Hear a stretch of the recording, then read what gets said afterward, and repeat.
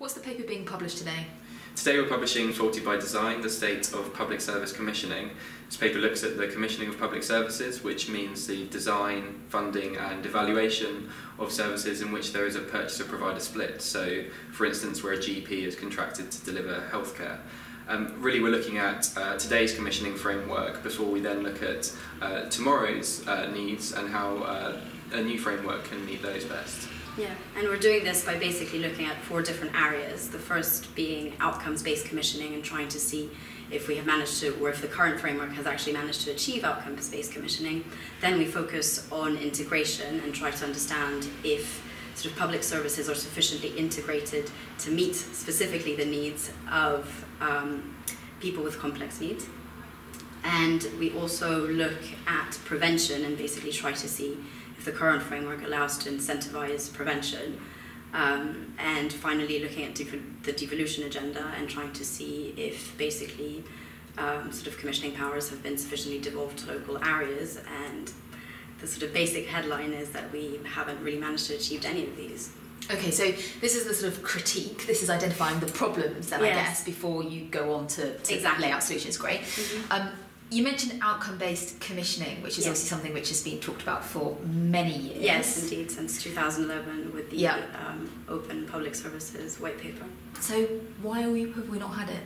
What's the problem there? Well, there are many barriers there, actually. The first one is that we have not managed to focus on the things that actually matter, which means the outcomes themselves, and we have instead focused on the activities just because they're easier to measure. So it's, for example, easier to measure the number of hours that a social carer spends actually giving care and delivering that care than it is to understand the potential sort of increase in quality of life that the service user might have. So the things that actually might matter most to exactly, the person. Exactly. Basically one of the reasons is also just because of the sort of sheer complexity of measuring outcomes themselves. Then another explanation to the lack of focus on outcomes-based commissioning has been the poor use of data and also, at times, the poor quality of data within public services, which has basically sort of failed to enable an understanding of the impact of intervention on outcomes. And then that sort of relates to another issue, which is sort of the issue of attribution and causality, where it's sort of difficult to understand the impact of an intervention. So isolating. Exactly, isolating the effect. So that, for example, a sort of prime example of that is found in the troubled families, where the sort of review of the program showed that the program had sort of little or to no impact on those troubled families, and basically one of the difficulties that they found was mostly because the data didn't allow to basically understand and capture what we call a sort of counterfactual, which is what would have happened had to those families had there been no intervention whatsoever. And so basically sort of shifting and sort of promoting an understanding of all of these issues would necessitate also a sort of culture change amongst commissioners, and there have been sort of cultural barriers to that, and basically there's sort of little incentive for innovation. And in one of the interviews for the paper, we actually sort of heard someone say, well, you wouldn't be sacked for not being innovative enough, and so that sort of risk aversion has not played in favour of outcomes-based commissioning. Okay, and obviously some of those issues you've identified there are, I guess, around integration. Yes. So if it's about what can you actually attribute, what impact can you attribute to specific interventions? Presumably you also need to be kind of monitoring several things. So can you talk a bit about whether we have achieved or we've made any progress against integrating some of those services that complex users? Sure. So this has been a bit of a buzzword recently, integration of services. Essentially it means creating services that meet loads of different needs of people that are very, very vulnerable in society. Now, really, when you dig down into it and look into the way that people who are using multiple services use those services, actually you see that there are real challenges there. So, for instance, there are gaps in services being delivered. So, if you take something like reoffending, which we know, to take one example, use of drugs and alcohol effects, then what you see at the moment is the current commissioning framework doesn't incentivise providers to focus on addressing drugs and alcohol needs. So what you have at the moment is local authorities who are responsible for delivering public health, cutting the budget for funding drugs and alcohol rehabilitation centres, which might then have a knock-on effect for the Ministry of Justice, who are funding prison places. So there's a real problem there with the commissioning framework there fragmented. Another problem of the fragmented framework is that services are duplicated, or interventions are duplicated. So there was an example in the coalition government of both DWP and DCLG designing what is essentially the same programme for so-called troubled families, people with multiple problems. And clearly that's a waste of money for the taxpayer if you have two very similar programmes running side by side.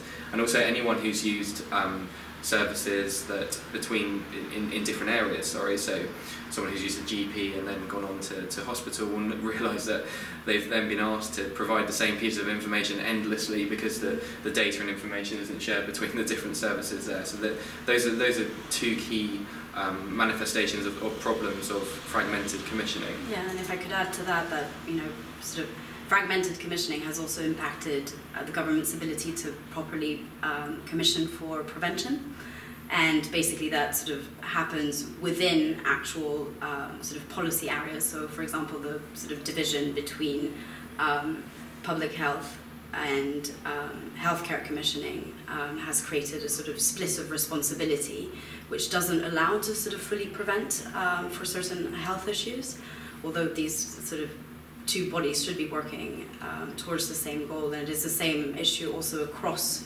policy areas. So, for example, homelessness is not only an issue of housing, it's also an issue of debt, of unemployment, and sort of several of these sort of fragmented issues have not. And they're all funded for different objectives and incentivizing different behaviours. Exactly. Yeah. Okay, so I mean, it sounds like this might be a lot easier at a local level than, you mentioned the buzzword of integration. I mean, devolution's another one at the moment. So, is devolution helping to solve this, or is it just sort of plastering over the cracks? Well, governments recently, most notably the last coalition government, have tried to push this local agenda, so giving power to local areas such as Greater Manchester and Cornwall that they have transferred, at least in name, powers over budgets of health and social care and some skills, etc. too. But really what you find when you look into the detail of spending is that the UK government is highly centralised, so the second most centralised country by spend in the OECD, and in fact that had grown over that period, which is very strange given the period that they were trying to devolve. Precisely, yeah, in terms of spending at central government level. And really that creates a huge problem, because what that means is you see standardised one-size-fits-all services being designed by central government. So to take one example, DWP designed employment services in the work programme, which, broadly speaking, was a good programme, but wasn't a perfect programme because it didn't take into account different local labour market conditions, which mean that there are variable outcomes when it comes to jobs that were delivered. And when you look into the detail a bit more, then in areas such as healthcare, you see that even when spending is moved from central government to local commissioning bodies, so in healthcare you have clinical commissioning groups, of which there are 209, which supposedly have control over some of the budgets for healthcare in different areas. Actually what you find is that these CCGs are spending the money in very, very similar ways. So 2/3 on average of CCG budgets go to NHS trusts and foundation trusts, and really the purse strings there are controlled by central government, who give sort of spending instructions and targets more specifically that then bind the hands of these local commissioners to deliver innovative processes. But that's not to say that change couldn't happen in theory at a local level. I mean, there are examples of healthcare providers, healthcare commissioners, doing very good things, but one of the key problems that we see and that was highlighted to us in the process of the interviews was that local commissioners aren't really equipped to design very complex outcomes-based integrated contracts. Okay, so quite a few big issues then, and you know, kind of quite a lot of homework left to do then for the government, it sounds. So what's the next steps then? So the next steps, basically, we sort of wanted here with this paper to provide sort of the basis of a case for change, and basically the next steps will be further research into trying to understand if, you know, we could provide solutions to the problems that we have just outlined in this paper. And a rough time frame for when we can expect those exciting recommendations? Summer 2017. Watch this space. Thank you.